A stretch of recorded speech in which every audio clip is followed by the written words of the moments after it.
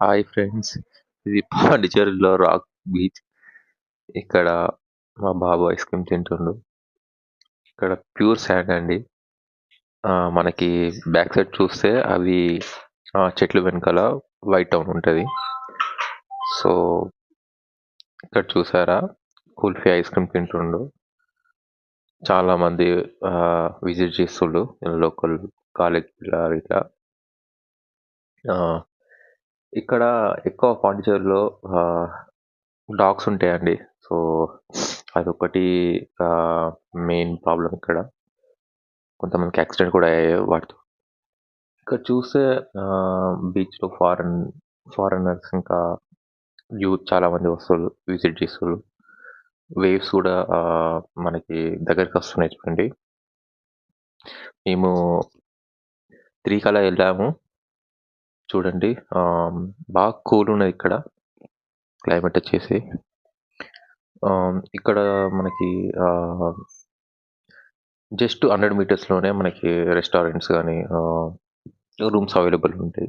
కానీ చాలా cost of living ఎక్కువ ఇక్కడ. ఇక్కడ పుడుచ్చేరి భాష మాట్లాడతారు. తమిళనాడులో ఉంటది. కాకపోతే సెపరేట్ టెరిటరీ ఇది.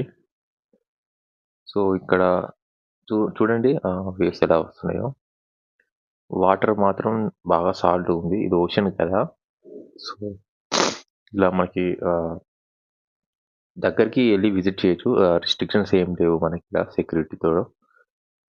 సో, మనకి 1 ఆర్ 2 డేస్ ట్రిప్ అయితే బాగుంటది. ఎందుకంటే బీచెస్ అన్నీ కవర్ చేసుకోవచ్చు. ఆల్మోస్ట్ 6-7 బీచెస్ ఉన్నాయి ఇక్కడ. దీని పక్కకే శాంటీ బీచ్ ఉంటది. చూడండి. మనకి లోపల వరకు వెళ్ళొచ్చు. రిస్ట్రిక్షన్స్ ఏం లేవు.